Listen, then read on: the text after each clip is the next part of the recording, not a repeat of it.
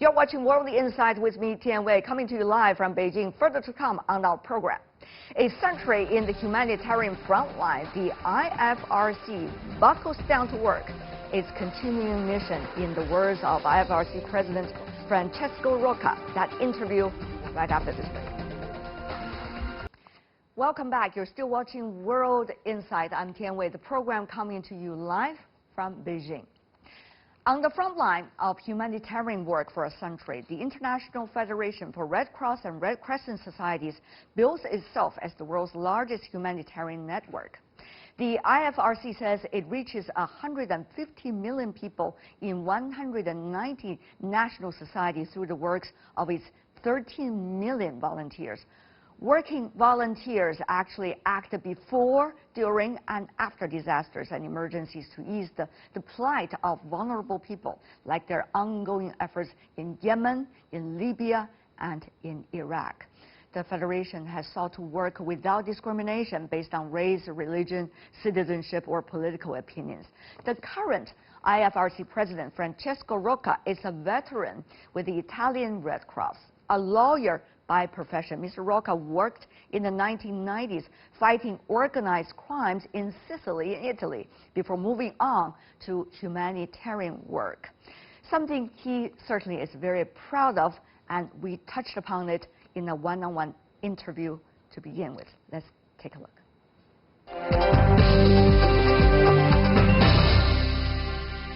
From fighting organized crimes in Sicily, now you are the president of IFRC. So how is that transformation from there to now fighting crises around the world?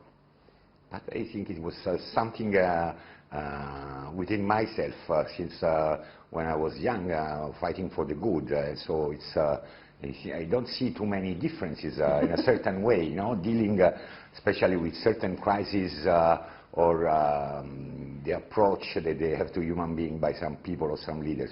But now, you know, there are so many crises in the world, as they say. One of those is the migrant crisis.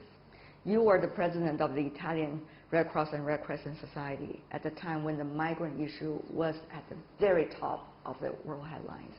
What was it like for you? It has been, from on one end, dealing with the human suffering.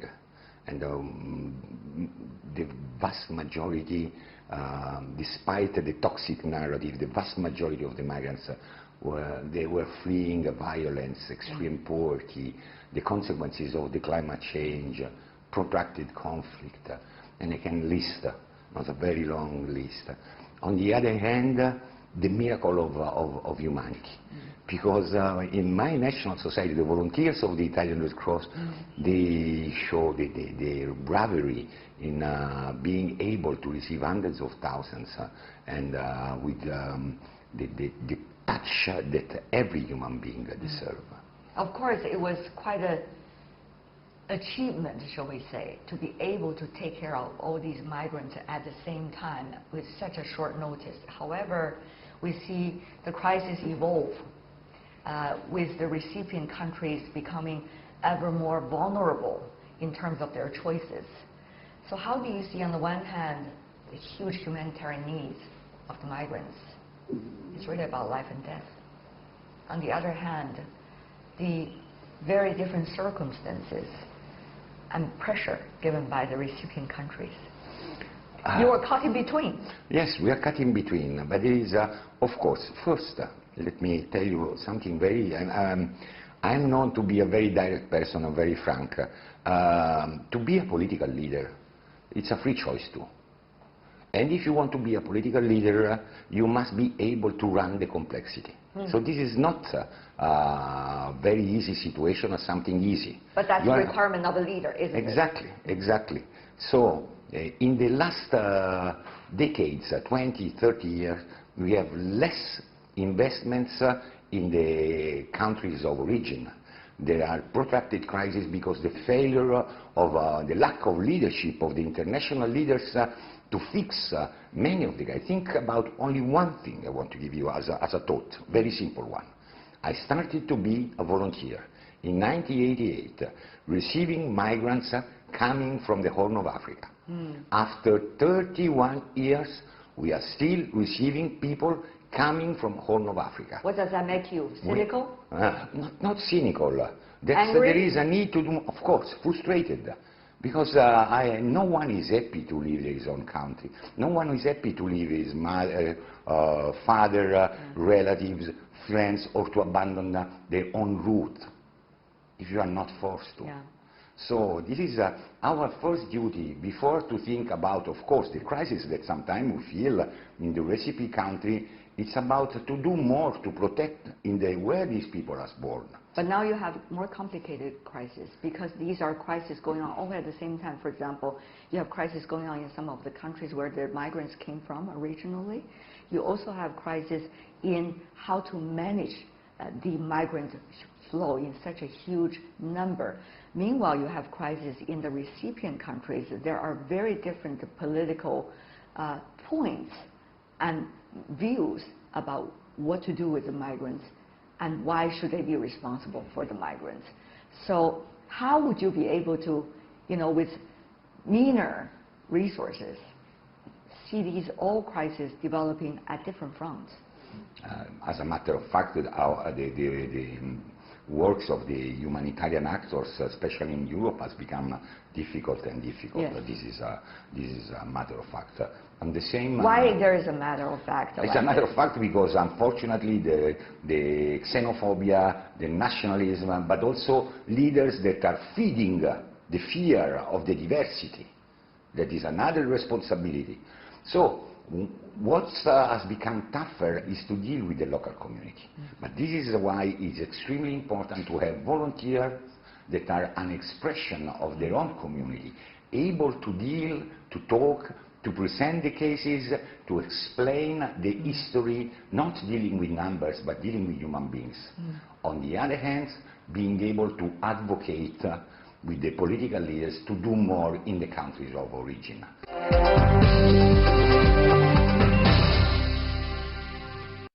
We've got a lot of humanitarian crises going on right now, all at the same time. DPRK issue, for example. You also have Venezuela as well. Yes. Not to mention some of the long-lasting crises in some African and Latin American countries, other than the two that I just mentioned. So what about them, in DPRK? People talk about drought and also floods going on at the same time in that country.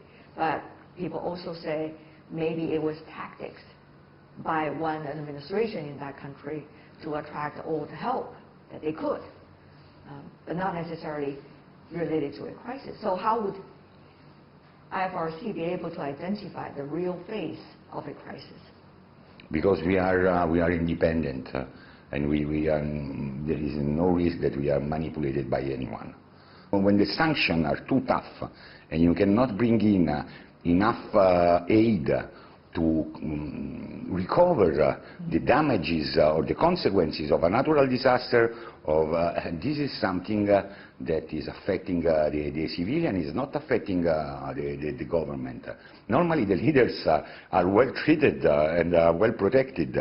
Those who are suffering are the most vulnerable. And this is something that if you look in DPRK and in Venezuela, I visited both countries. In Venezuela I've been in several occasions and twice only this year, and you see the consequences that the sanctions are having on the civilians and the population. This is the magnitude is unacceptable. But others say, if you go, humanitarian, we'll get none of the things done. They argue that way. Yes, but this is not the role of the humanitarian. Again, we are back to the previous point. So we must protect the neutrality of the humanitarian. We are not involved in the political discussion. We only want to take care of humanity. But one decade ago even, people still talk about the common aspirations. Now political leaders, a lot of them, starting from some country, talk about self first. Yes. And that seems to be a trend in which people do not feel ashamed of anymore. Yeah. Under that circumstances, how would you still be able to persuade people? Because after all, it seems that the logic are different. It seems that we have the two sides of one coin of the human beings. Interesting. No? It's because there is good in every one of us. And what this kind of political leader that you just mentioned are just feeding the other part, the selfish part that is in every one of us, unfortunately. And in our life is always a balance between these two sides of the way we live. And unfortunately, what the consequences, even in the way some of the political leaders talk, are making many people feeling more free to express this bad part of themselves in dealing, to be great again, great again. What does it mean? I'm great if I'm able to take care of the one shared humanity. This is not about the story of the Red Cross is really meaningful for me. If I may, just 1 minute. Please do. You know, the Red Cross was born in a battlefield in Solferino, in my country. And what the women that inspired the founder of the Red Cross in Rio did, they took care of both sides. And who were these women? Because no one stopped to think about who were these women. They were daughters, wives, fiancées, mothers of the Italian soldiers. But they found in themselves the strength to say, tutti fratelli, we are all brothers. When there is a wound in humanity, then no one is anymore an enemy.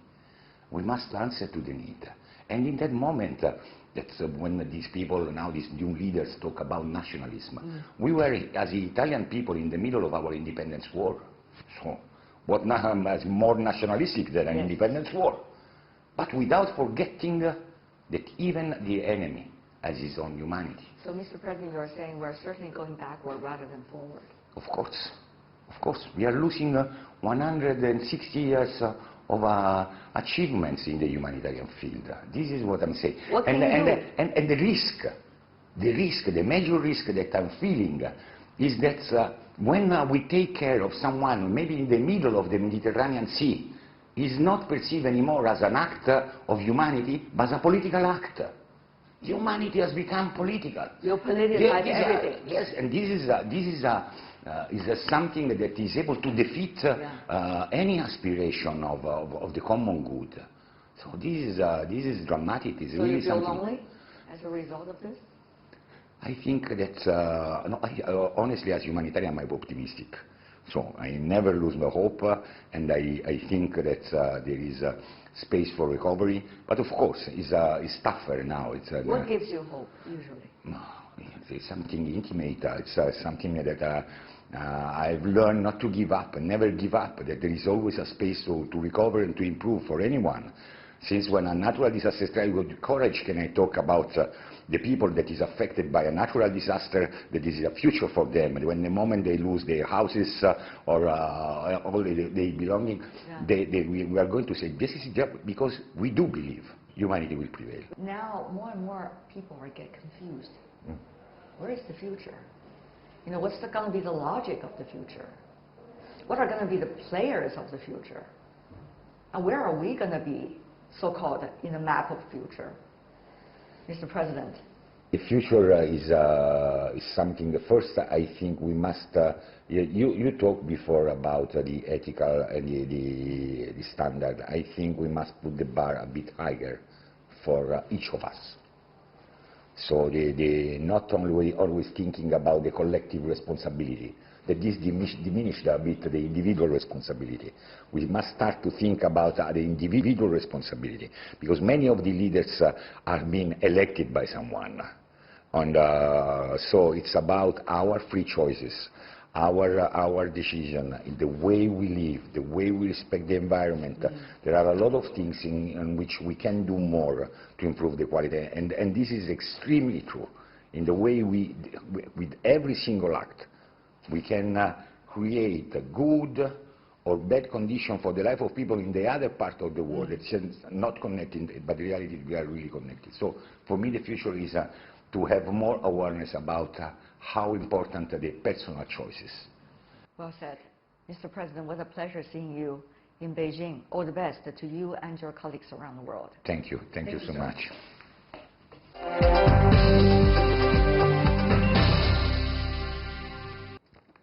And that is all the time we have for today. If you'd like to see more, try to find us World Insight CGTN into your search engine. Check out our YouTube channel, follow us on Twitter, Facebook, Sina Weibo. From me, Tian Wei, and everyone on the World Insight team, thanks for watching. Tune in again next time for more insights about China and the world. Good night.